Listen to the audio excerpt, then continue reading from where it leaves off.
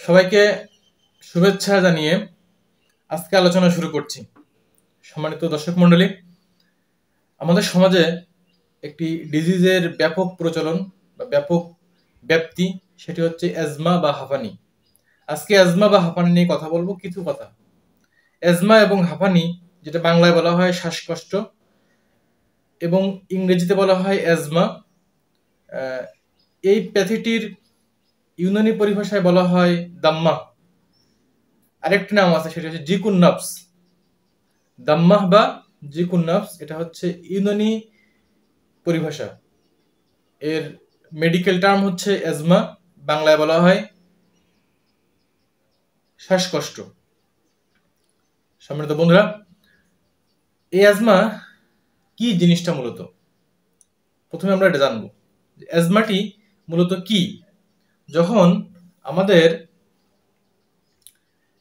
শরীরে যে কোনো কারণেই হোক, আমাদের ব্রঙ্কাসের বা ফুসফুসের যে প্রকোষ্ঠগুলো আছে, অ্যালভিওলাইতে যদি বাতাস গ্রহণ করতে না পারে, বাতাস গ্রহণের পথ রুদ্ধ হয়ে যায়, এর ফলে যে কন্ডিশনের সৃষ্টি হয় সেটি হচ্ছে অ্যাজমা।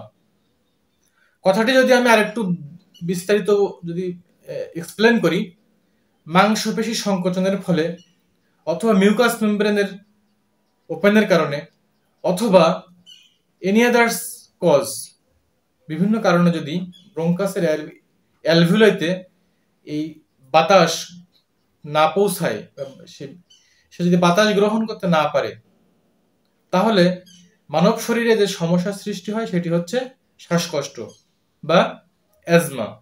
এটাকে আমরা অ্যাজমা বলছি। অ্যাজমা এটি কিন্তু শুধুমাত্র প্রাকৃতিকভাবে হবে বিষয়টি এমন না। অনেক সময় দেখা যায় যে মেডিসিনাল রেজিস্ট্যান্সের কারণে, মেডিসিনের কারণে ফিজিওলজিক্যাল অ্যাক্টিভিটিস এবং ফিজিওলজিক্যাল বিভিন্ন চেঞ্জ আসে, সে কারণেও কিন্তু অ্যাজমা হয়। এবং আননোন কজ, কিছু আননোন কজের কারণে কিন্তু যে এই পথটি, এই প্যাথওয়েটি শুরু হয়ে যায়, তখন অ্যালভিওলাইতে বাতাস গ্রহণ করতে পারে না।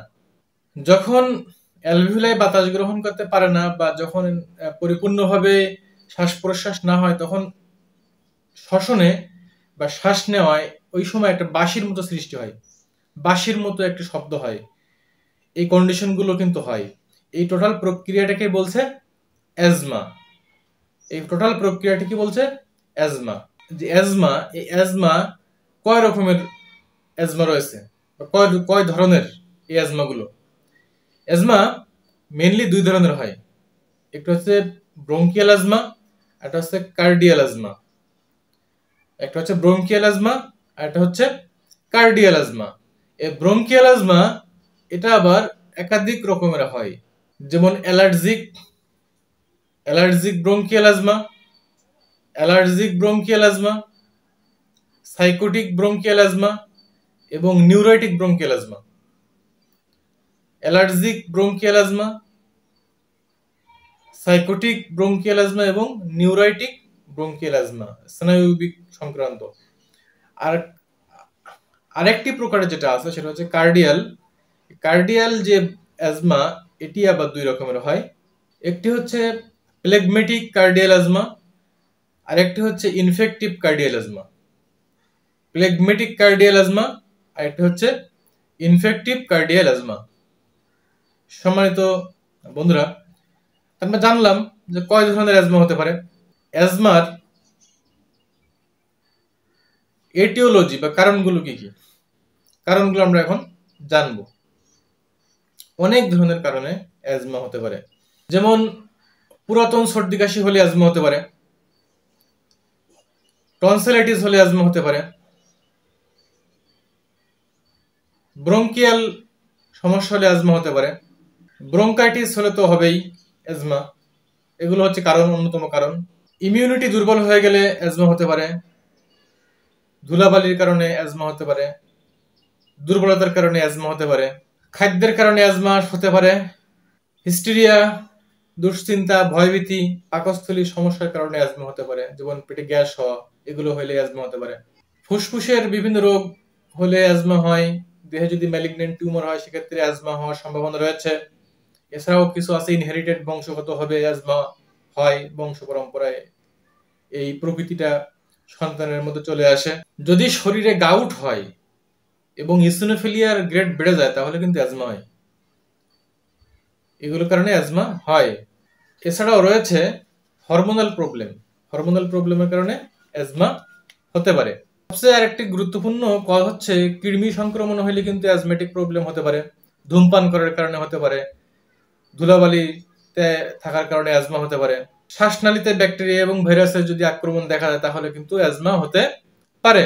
শ্বাস প্রশ্বাসের রাস্তা যদি শুরু হয়ে যায়, শ্বাস প্রশ্বাসের যে রাস্তা রয়েছে, প্যাথওয়ে আছে, সেটি শুরু হয়ে যাবে বা মাংসপেশি যদি শুরু হয়ে যায়, সংকুচিত হয়ে যায়, সেক্ষেত্রে অ্যাজমা হতে পারে।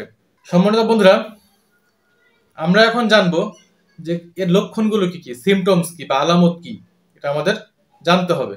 তো অ্যাজমার লক্ষণ হচ্ছে শ্বাসকষ্ট হবে, কাশি হবে, বাঁশির মতন শব্দ হবে শ্বাস নেওয়ার সময়, নাড়ির গতি বেড়ে যাবে, দ্রুত গতিতে শ্বাস প্রশ্বাস নিবে, ফুসফুসের অসম্পূর্ণ প্রসারণ ঘটবে, দ্রুত শ্বাস নিবে, সিস্টোলিক চাপ বেড়ে যাবে, ইন্টারকোস্টাল স্পেস প্রশস্ত হবে এবং গভীরতা দেখা দিবে, গভীর হবে, ইন্টারকোস্টাল স্পেস প্রশস্ত হবে এবং গভীর হবে। এখন আমরা জানবো যে এই অ্যাজমার ইনভেস্টিগেশন কি দেওয়া যেতে পারে, কি কি ইনভেস্টিগেশন দেওয়া যেতে পারে। তাহলে আমরা প্রথমে সিবিসি উইথ ইএসআর দেখব। সিবিসিতে কি দেখব সেগুলো আমরা আগেই বলেছি। সিবিসিতে আমরা বিভিন্ন এলিমেন্টস, ডাব্লিউবিসি বা তার এগুলো দেখব, তার যে কাউন্ট রেশিও গুলো দেখব, ইএসআর হাই হয়ে যাবে। এছাড়া দেখব তার chest x-ray with both view, এটা আমরা দেখব। এছাড়া যে টেস্ট দিতে পারি আমরা, স্পার্টাম ফর এএফবি দিতে পারি, স্পাইরোমেট্রি টেস্ট, এটাও আমরা দিতে পারি। তো এইগুলো টেস্ট দিয়ে আমরা এই রোগীদেরকে ফাইন্ডিংস করতে পারি। এখন ট্রিটমেন্ট কি হবে, যারা হোমিওপ্যাথিক প্র্যাকটিস আমরা করি, আমাদের ট্রিটমেন্ট ব্যবস্থা হচ্ছে এমন লক্ষণ সাদৃশ্যে। তার লক্ষণ আমরা জানলাম, তাহলে এখন আমাদের অনেক মেডিসিন রয়েছে, আমরা কেন্ট রেপার্টরিতে যাব এবং কেন্ট রেপার্টরি থেকে আমরা 37টা অধ্যায়ের মধ্যে একটি অধ্যায় আছে রেসপিরেশন, আমরা রেসপিরেশনে যাব এবং রেসপিরেশনে যে সেখানে রুব্রিক্স আছে 2টা, আমরা রোগীর কন্ডিশন অনুযায়ী রুব্রিক নিতে পারি। যেমন অ্যাজমেটিক রেসপিরেশনে যে আমরা অ্যাজমেটিক রুব্রিকে যাব, সেখানে যে আমরা অনেক মেডিসিন পাবো, first grade, second grade, third grade, এবং সেই অনুযায়ী আমরা ট্রিটমেন্টের আওতা নিয়ে আসবো এবং মেডিসিন প্রয়োগ করতে পারবো।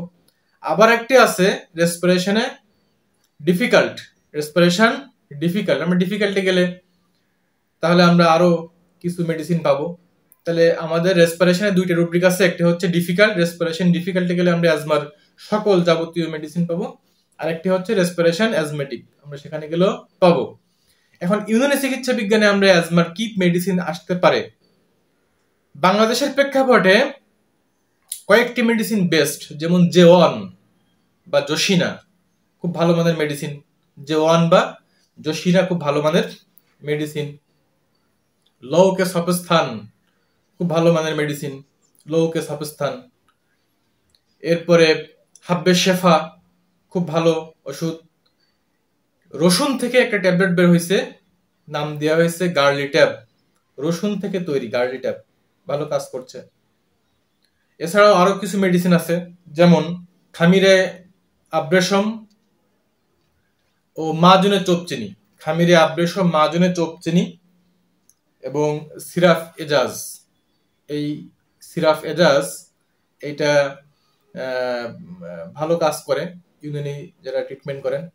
তো আজকে এইভাবে বললাম যে এই ম্যানেজমেন্ট আসলে আমি বলি না, কিন্তু জাস্ট একটা দিক নির্দেশনা দিলাম। কিন্তু যে যার মতো, যার প্যাথিতে সে, যার ডায়াগনোসিসে যে মেডিসিন আসবে লক্ষণ সাদৃশ্যে, সেই মেডিসিন প্রয়োগ করতে হবে। আমি সবসময় বলি আমাদের প্রত্যন্ত অঞ্চলে রেজিস্টার্ড ডাক্তার, হাকিম এবং অন্যান্য প্যাথির সবাই আছেন, যে যেখান থেকে মেডিসিন খান না কেন রেজিস্টার্ড চিকিৎসকের ডোজ এবং মাত্রা এবং তার পরামর্শ অনুযায়ী খাবেন। সম্মানিত বন্ধুরা, আজকে এ পর্যন্ত, দেখা হবে নেক্সট এপিসোডে। ভালো থাকি সবাই।